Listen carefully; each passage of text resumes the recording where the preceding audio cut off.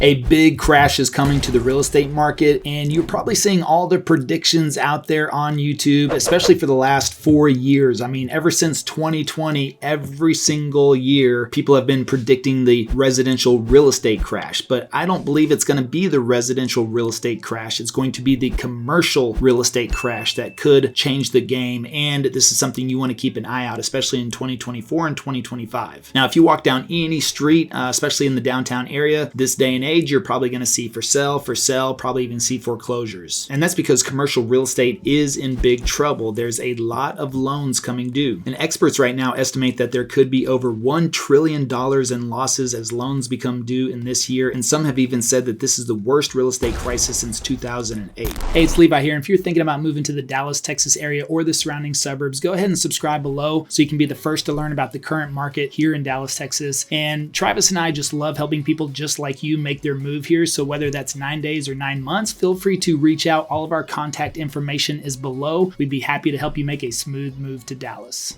So if you've seen anybody out there saying that there isn't going to be a real estate crash, that is referencing the residential real estate, because there's still simple economics that apply to residential real estate, which is supply and demand. There still is not enough supply for the amount of demand out there. Have interest rates slowed that demand down? Yes, but we're still in this quasi weird seller's market and buyer's market. It's a seller's market on paper because even here in the Dallas area, most of the inventory is still less than 3 months. You got to have more than 6 months of inventory for it to be considered a buyer's market. But because interest rates are high enough right now that are keeping a lot of people on the sideline, buyers have a lot of flexibility and they're able to negotiate quite a bit in incentives from sellers or even builders because they do want to move properties. So this is creating a huge advantage for buyers right now. However, if rates do come down in the future, we know there is a lot of people sitting on the sideline. They will come off that sideline, come into the market. So even if rates come down, that is going to drive up prices even higher than what they are today. And we just saw, as of February 2024, another year-over-year increase. So again, if you would have bought last year in February, which is a time that we were recommending people buy, you would be up on your home right now. And we anticipate as we move into the spring and summer market, we're going to see steady increases as we head into those markets, which typically are the hottest buying markets of the year. And as we recommended last year, fall and winter are really good times because you can take advantage of seasonality. Prices do drop, but again, if you start to wait, then year over year, they're higher than they were last year. So even though there was a little bit of a dip during fall and winter, now they're already starting to come back up. But today we're focusing on the commercial real estate because that can also bleed into residential real estate. And that's where the biggest opportunity and really the biggest crash could be coming. So you have to ask yourself, what is up with all of these foreclosures? Is this something you should worry about? And how is this going to affect you, especially if you're planning on making a move sometime this year or even next year? Now, foreclosures and commercial properties in Texas have more than doubled over the last year. And it's not just Texas, it's happening all over the world. Now, if you're going to buy a commercial building right now, go ahead and get online. Start looking at the different listings of office buildings that cost hundreds of millions of dollars. Now, see if you can find how much these properties were worth just a few years ago. For example, Blackstone is currently listing a property in Manhattan for 50% off. And the third tallest building in Los Angeles sold for about 45% less than what it did just a decade earlier. Typically, commercial real estate will double in value over 10 years.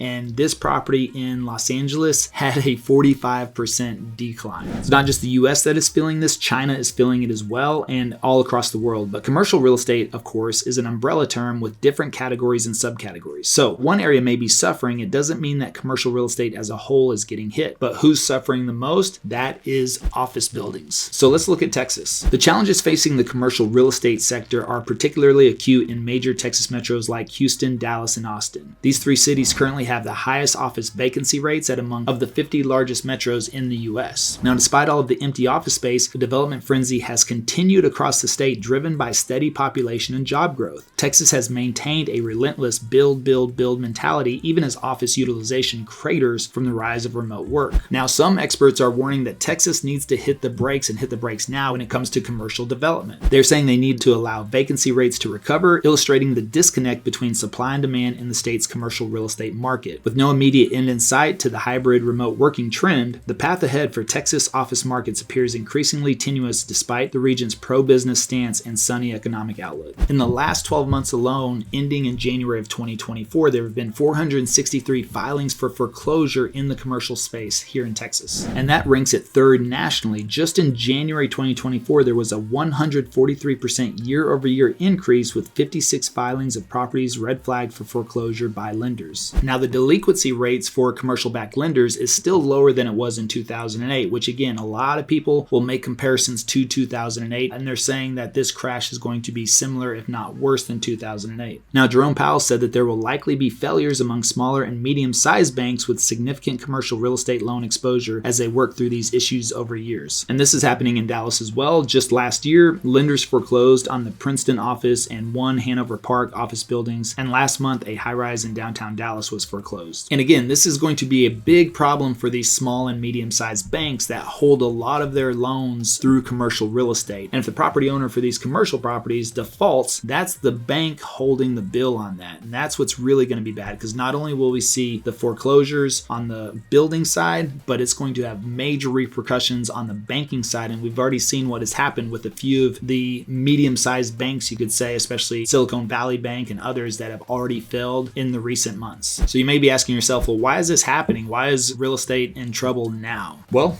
let's not forget what happened in 2020. I mean, that was 4 years ago now. Think about that. Can you believe that? I mean, is it just me that almost seems like a lifetime ago, but at the same time seems like yesterday? So of course, 2020 was unprecedented, and we've never seen that before or experienced that, especially whenever that pushed people to their homes. And we're talking about get everybody out of these crowded office buildings and go work from home. And what that did was that proved to employers and employees that working from home was possible, right? So on one side, you've got employees that are saying, hey, this is pretty cool. I would like to continue doing this. On the other side, you've got employers saying, hey, this isn't so bad. We either stayed the same or we grew our business, and now we have less expenses, depending on, of course, well, if you have a lease or a mortgage, that's a big problem. But if, let's say, your lease or your mortgage is coming due and you're like, well, wait a second, we sent everybody home for a year and we operated just fine. What's the point of having this office building, paying rent, paying a mortgage, having all these bills associated to that whenever we could just have people at home?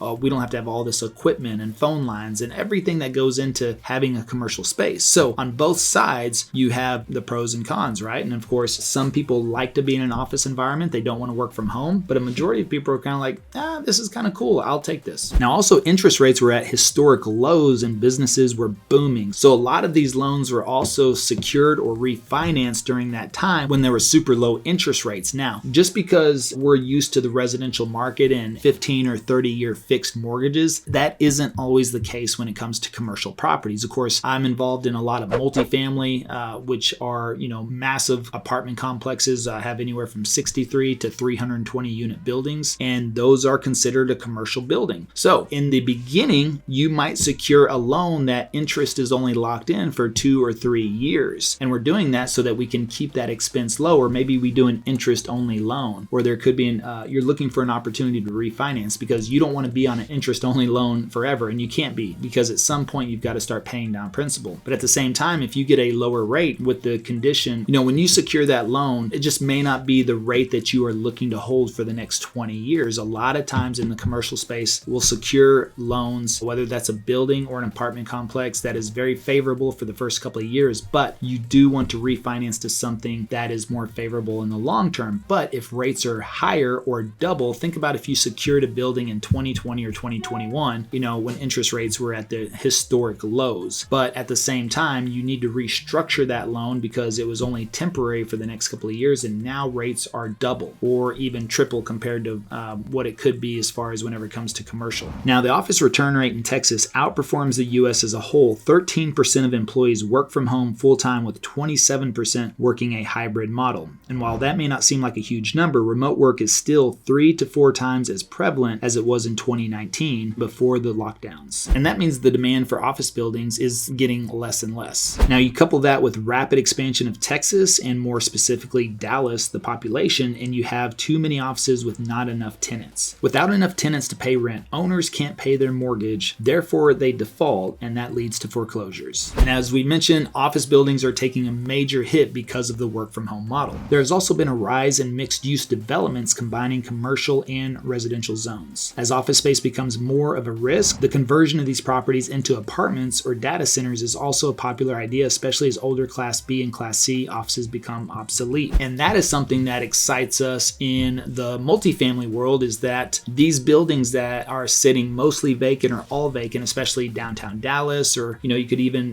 venture up here into Frisco or in Plano where they have other high-rise buildings, that they are now talking about converting all of those into apartments or condo style living or high-rise living. And that could be a huge opportunity because we know, again, the supply is not enough for the demand for home ownership, and this could be an opportunity to solve some of the supply issue other than just building more single family homes further and further and further out from Dallas. People do want to be located, closer to the city centers, even if they are working in these areas, cut down on commuting. But also, this is a huge opportunity because now these buildings, if they start selling for 30, 40, 50% off, this is a huge opportunity for developers to come in here, get these buildings at an absolutely amazing price, and then also start that conversion into a vertical living for more opportunity for homeowners or even renters. So what does this mean for you? Well, because office building owners and their lenders are feeling the brunt of the crisis, there is really only one simple solution, and that's interest rates have to come down. Now, the Fed has indicated that rates will likely come down at the end of 2024, but again, we're going to have to see what happens. Now we're moving into an election as well at that time, so anything could happen depending on what they want to do. If they want to really stimulate the economy or make people happy by bringing rates down, that could be something that pops up. But again, the question is what does this mean for renters and buyers? Well, you probably shouldn't worry about being thrown out of your apartment, because if a property is foreclosed upon, there are laws in place that make sure you don't end up homeless. The tenants may stay in the home until their lease expires unless a new owner plans to move into the home. If this is the case, they are given 90 days to vacate. But because of the opportunity of offices converting into apartments, more options may become available in the city centers. Now, if you're an investor or looking to purchase a commercial property, you may be able to find some good deals sprinkled around due to the foreclosures. But another thing to think about is how this remote work will also affect urban planning and commercial construction. For example, as highly trained employees start taking their higher salaries to the suburbs and no longer have to commute to the big city centers, we could see difficult strategies for providing services, entertainment, and other miscellaneous activities in smaller cities and towns. And as work becomes more decentralized, then urban planners are seeing an opportunity to revitalize outer neighborhoods. Now, again, if you're looking to buy a home, this really doesn't have a major effect on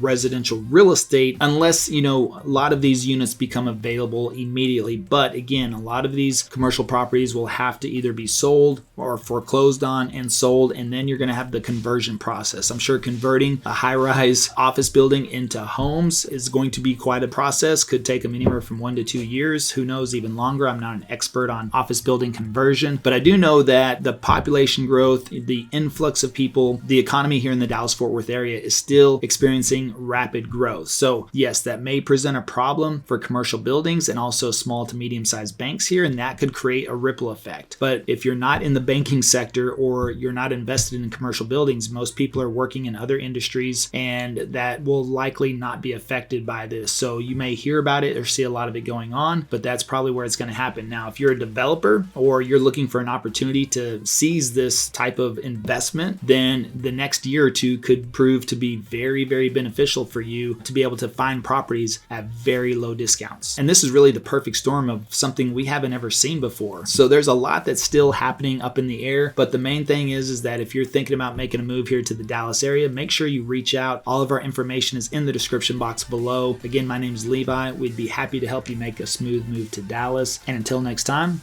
well, we hope to show you around town.